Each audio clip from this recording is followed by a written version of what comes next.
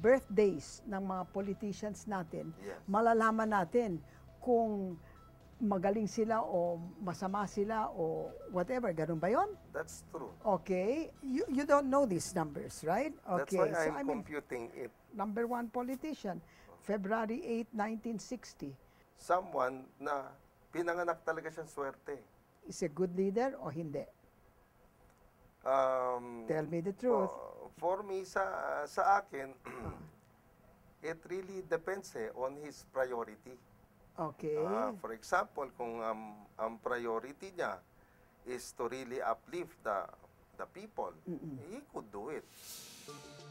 Noong 2013, pinutakti ng problema si Pangulong Aquino dahil sa mga dumaang sakuna sa bansa.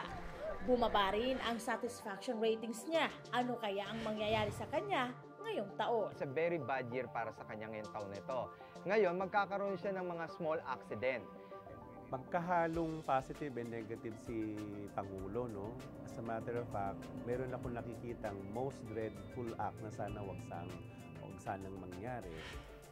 Let's say Year of the Horse, November 11, No, November 11, Oo. 19 ano po siya. 42.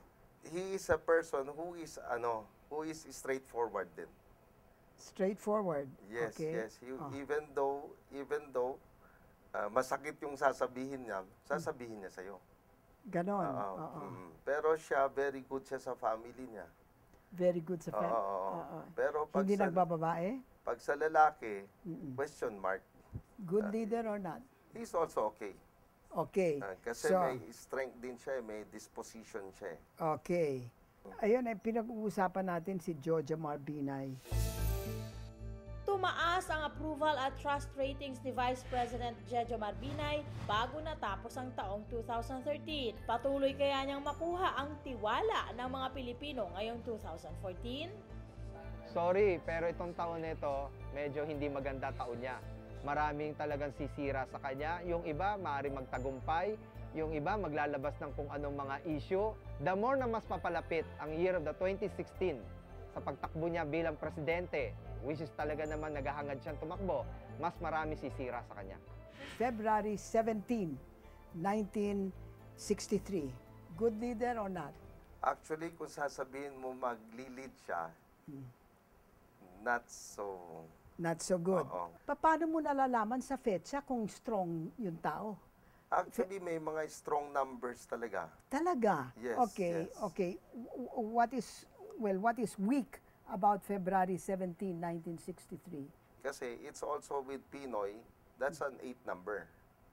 8 yun. 1 plus 7 is 8. Okay, So, ang 8 people, actually, they could socialize with anybody. okay. But the problem is, they don't have the power to delegate. Jinggoy Estrada. Nakaladkad sa pork barrel scam issue ang pangalan ni Senator Jinggoy Estrada noong 2013. Magpatuloy kaya ito ngayong 2014. Senator Jinggoy Estrada, malas ngayong taon nito. Maraming kaaway at talagang itong taon nito puno ng kahihiyan at maraming mga negative na pwedeng ibato sa kanya. Sa mga decision making niya, pwedeng sumablay siya this year. Okay, what about somebody born September 3, 1968? Very honest person yan.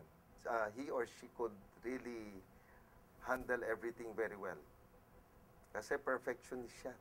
That's Grace Poe So, Llamanzares. maganda. Naging swerte ang taong 2013 para kay Grace Poe Llamanzares nang manalo siya bilang senador. Maging swerte pa rin kaya siya ngayong taon. Si Grace po naman po, swerte ngayong taon nito. Siguro ang kailangan lang kontrolin ni Grace yung emosyon niya. June 15, 1945. Okay din siya maging leader. Talaga? Pero, usually yung mga ganun birthday, tawag ko dyan, may mga sumpong. Talaga? May mood swing.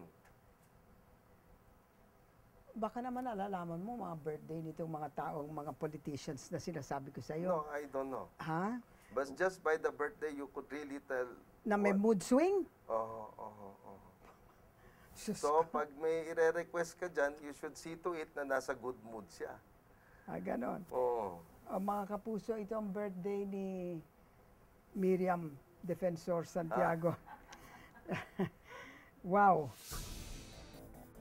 Naging matindi ang batuhan ng aligasyon sa pagitan ni Senator Miriam Defensor Santiago at Senator Juan Ponce Enrile noong 2013. Umabot pa ito sa pagkakasakit ni Senator Miriam Defensor Santiago. Kumusta kaya ang kalagayan ng kanyang kalusugan ngayong 2014? Medyo ingatan ng senadora yung health niya, especially yung loob nito.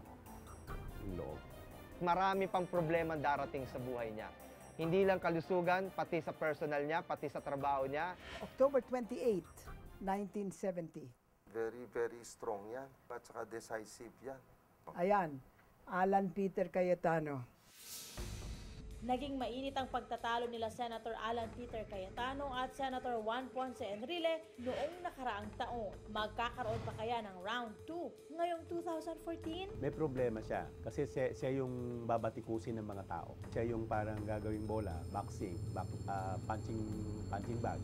Siya yung nasa argumentative star eh.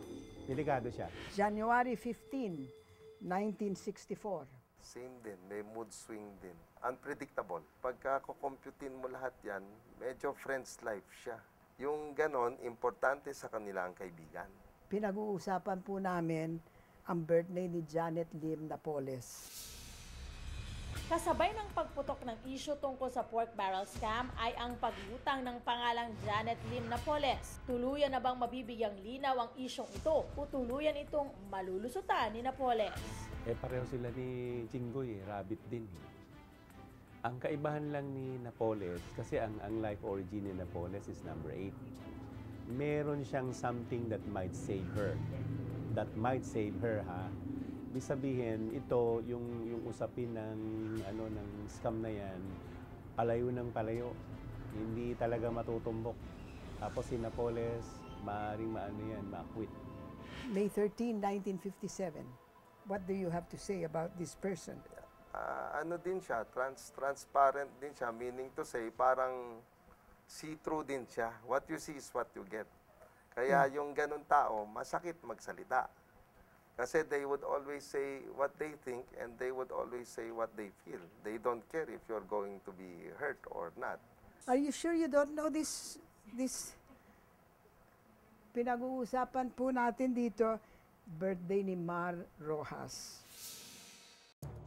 Bilang DILG Secretary, umani ng pababatikos at puna ang di umano'y mabagal na pag-aksyon ng gobyerno sa mga kalamidad na nangyari sa bansa noong 2013. Posible kayang maulit ito ngayong 2014. Medyo itong pinakamalupit at pinakamalas na taon ni Manuel Mar Rojas. Kasi hindi niya taon to at mas maraming kaaway. Malamang nakita niya na yung tunay niyang mortal na kaaway niya. October 10, 1969. Actually, very stubborn yan. Matigas ang ulo. Oh. Oo. Pero kung yan, kapatid ko, ayoko maging kapatid yan. Ayaw Kasi mo. friend's life din siya eh. Friends Mas life friend. importante sa kanya ang kaibigan eh. Kung grade as a political leader, anong gradong bibigay mo sa kanya? Nasa siguro 7.5. Ako, out of 10. Okay. We're talking about Cheese Escudero, mga kapuso. Dumaan sa butas ng karayom ang relasyon ni na Senator Cheese Escudero at Hart Evangelista noong 2013. Hindi kasi tanggap ng mga magulang ni Hart ang relasyon ng anak sa senador. May pag-asa bang maging maayos ang love life ng senador ngayong taon? Hindi taon ni Chito Escudero ngayon. Medyo malas itong taon niya. Lalo na in terms of sa mga relationship niya sa mga babae. Medyo hindi swerte. Maraming issue. Pwedeng mag-asawa siya. Hindi ko lang alam kung kay Hart, ha? Possibility, hindi si Hart. Possibility lang, ha? Hindi ako nagtatapos ng salita. February 14, 1924. Tinker at planner yan. Paano mo nalaman? February 14, 1924, thinker and planner ka agad. Vain. Usually, mga ganun tao, vain. Bakit? Paano? Talaga. Juan Ponce Enrile. Dawit ang pangalan ni Senator Juan Ponce Enrile sa pork barrel scam issue noong 2013. Siya raw ang utak nito. Malilinis kaya niya ang kanyang pangalan ngayong taon? Huwag na muna siya makipagbatikusan, lalo na kay Senator Miriam. Kasi talo siya. Si Juan Ponce Enrile naman, medyo malas ngayong taon nito.